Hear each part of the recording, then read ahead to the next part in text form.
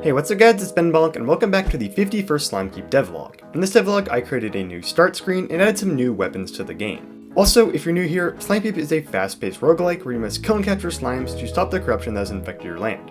Without further ado, let's get into it. So to start, let's go over a pretty huge change to the whole look of Slimekeep. For the longest time, I've gotten feedback that slimes in the game were too hard to see and distinguish from the background. So once and for all, I wanted to set off to fix this. And to do so, I figured that an easy way would be to add white outlines to all slimes and bosses in the game.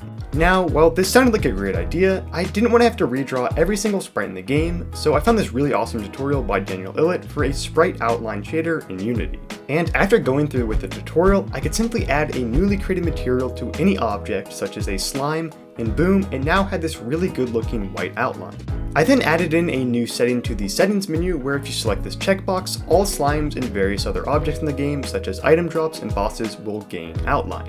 Honestly, I'm super happy with how this turned out, and I think this setting makes the game look so much better overall, and I even think I'll make it the default setting when the player first opens the game, so let me know what you think. Next up, let's talk about the start screen right here. After clicking off of the Slimekeep logo, the player would be taken to this house area. And while cool, I got some feedback that this house area was a bit limiting as the player couldn't actually exit it. So I decided to completely rework the start screen area. Now I can actually leave the inside of the house, and if I do so, we can see 3 different rooms I can enter.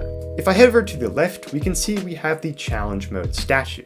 This statue used to be in the player's basement, but I thought it felt a little more impactful by moving it to its own room. Then if I head over to the right of the house, we can see the slime rush statue. This statue also used to be in the basement, but again, I thought it was a bit cooler to give it its own room. But finally, if I head up above the house, we had a brand new room being the shooting range, which was highly requested by one of my composers and playtesters. In the shooting range, the player can simply talk to this guy, select any weapon they have unlocked, and be able to shoot this weapon at an array of targets. It's nothing crazy, but I do think it's really nice to give the player the opportunity to play around with all the weapons they've unlocked before actually going through and purchasing it in an actual run. Next up, I added in these doors blocking off these slime rush and challenge mode rooms if the player doesn't have them unlocked. And I added in these signs telling the player that they have to beat the Slime King to unlock these 2 modes. And yeah, I think this adds a bit of intrigue to the player as they really want to beat the Slime King and head back to this hub area to see what's behind the doors. And by this point, I was going to be done with the hub area, but I couldn't help think that it felt a little bit weird that the player could go right, left, and up from their house, but not down. So I said screw it, thought this down area would be the perfect place to move the tutorial, and boom, basically recreated the whole tutorial in the game. If you don't know, previously the player could play the tutorial in this open blue void. And while not terrible, I did have to admit that it felt a little bit weird and not ideal.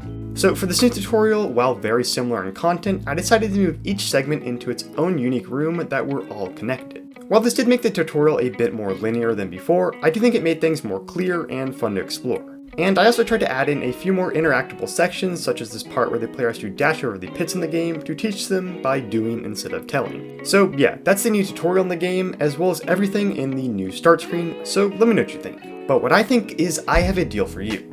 See, I might have lied in the past, as right now Slimekeep has over 17,000 wishlists on Steam, which is awesome, but I think we can make this number even higher, so as a bit of a deal, I'm proposing that if we can get this number to 20,000 before Slimekeep launches, I will release the game with a 20% discount at launch. Sounds good? Well, if so, make sure to hit the link in the description to wishlist the game.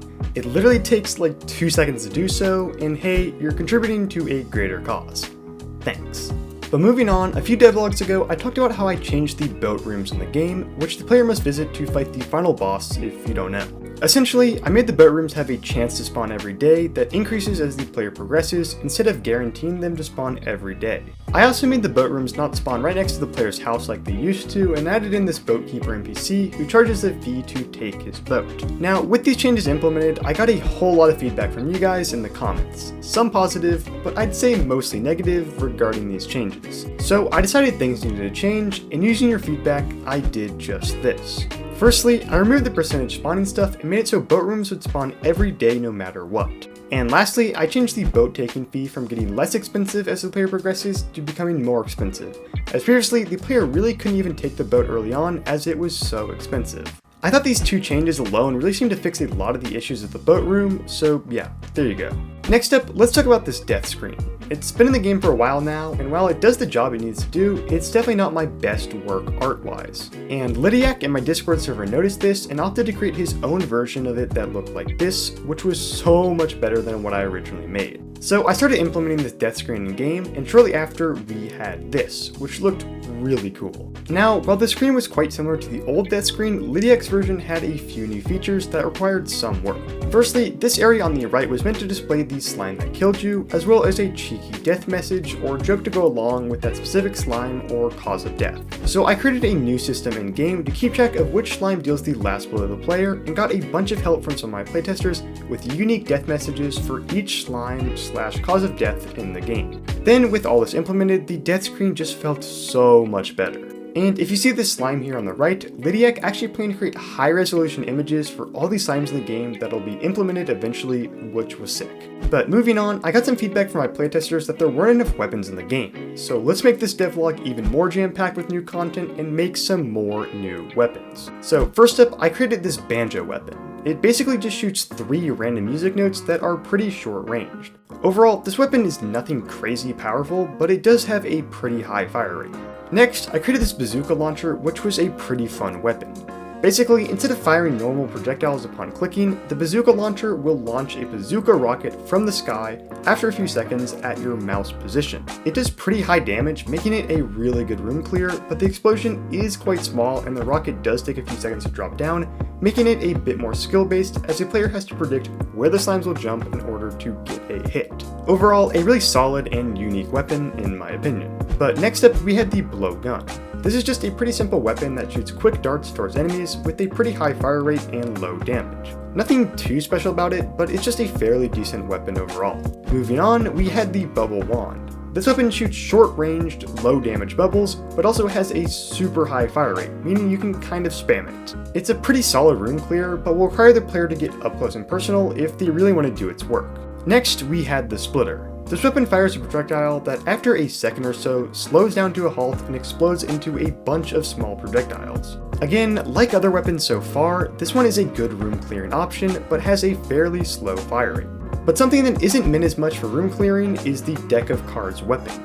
This deck shoots random cards that have any value between 1 and 6 on them, and the value on the card is equivalent to the damage the card will do to slimes, adding in a bit of randomness but still making this weapon quite powerful. Moving on, we had the Gummy Gatler, which was a fairly standard machine gun that shoots gummies at slimes that bounce off of them when damaged. Overall, a pretty high DPS and good choice. Next up, we had the ICA-19, which was kind of your average pistol, similar to the player starter pistol, but doing a bit more damage. And this weapon definitely isn't a reference to one of my all-time favorite games. But for the next weapon, we had the Party Hat that shot a bunch of small confetti pieces at a short range. It's pretty similar to the Bubble Wand and Banjo mentioned earlier, but does a good job bursting slime's health at a short range.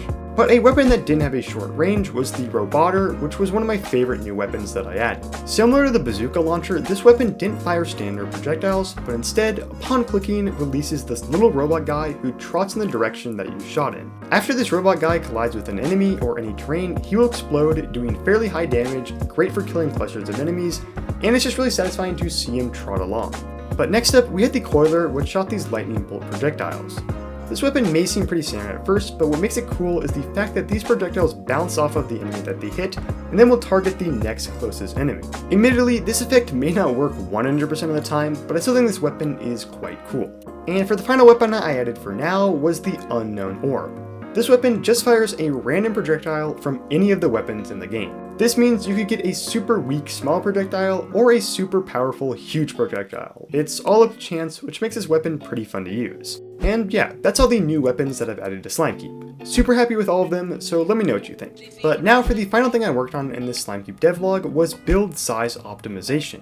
See, right now, the standard build for Slimekeep was 515 megabytes. Now, this wasn't terrible by any means, but some of my playtesters suggested that I should really try to get this number lower. So first, I realized that I'd never actually been building my builds with compression on. So Splash in my Discord helped me out a bit with this, and I ended up changing the build to use LZ4HC compression, whatever that means, and boom, just like that, the build shrunk down to 345 megabytes. Now, this is pretty good, but I wanted to push things further.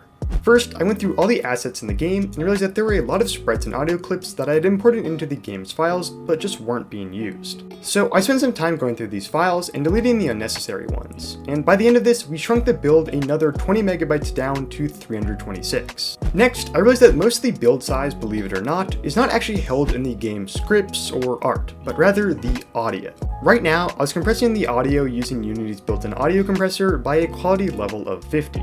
But after some testing, I realized I could go even lower, down to 30, without the audio quality sounding any worse, as well as optimizing the sample rate here, whatever that does. And after going through all the audio files in the game and applying these changes, we now had the build down to 227 megabytes, a nearly 100 megabyte decrease from the last build. But we still weren't done. I generated this build report from Unity and used it to find the biggest files in the project. Then I made sure to delete these files if unnecessary or use crunch compression to shrink them down. After doing all this, we saved a whopping 2 megabytes from the last build, but hey, I guess it's still progress. But that's where I ended this compression journey.